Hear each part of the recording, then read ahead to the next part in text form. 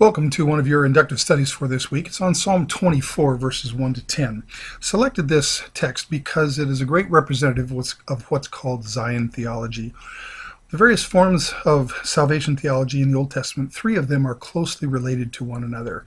Jerusalem theology, Zion theology, temple theology. Like concentric circles, the bullseye is the temple of God, and there's a whole set of ideas surrounding the temple as God's dwelling place. And Zion is the next sort of ring out, and it's the hill on which God's temple sits. And then Jerusalem is the next circle out from that. It's the city over which I will cause my name to dwell.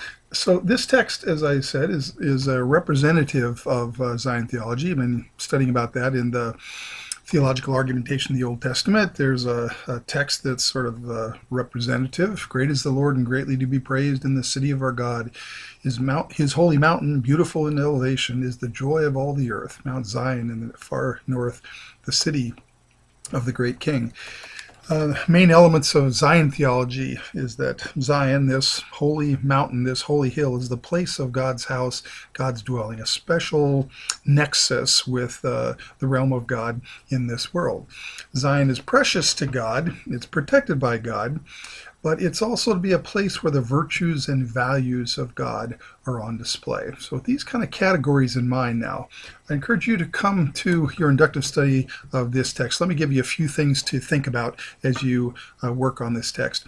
First of all, I'm always a big one for taking a look at the structure of the text, because if you can identify the structure, what are the parts in this text, and then explain the relationship between the parts, you'll be interpreting the text in an interesting way here. So it seems to me, for instance, if you look at this thing, the first couple of verses maybe make one kind of a section. It's a statement. The earth is the Lord's and all that's in it, the world, those who live in it, for he has founded it on the seas and established it on the rivers. There's a contention about creation theology, actually, and here's up here is the assertion, and here's the basis for that assertion, signaled by the conjunction there.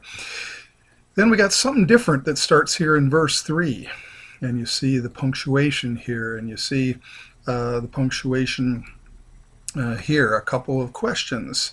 And when you ask questions, and these ones apparently are not just rhetorical questions, they're asking for an answer, and lo and behold, that's what we get in the next section. These are actually A and B, a question and an answer, and a little explanation of the answer as well. And then this really interesting sort of we're talking to gates. We're talking to the gates of the city. Some rhetorical, poetic kind of a call to worship in which the King of Glory is talked about, and the King of Glory is entering in.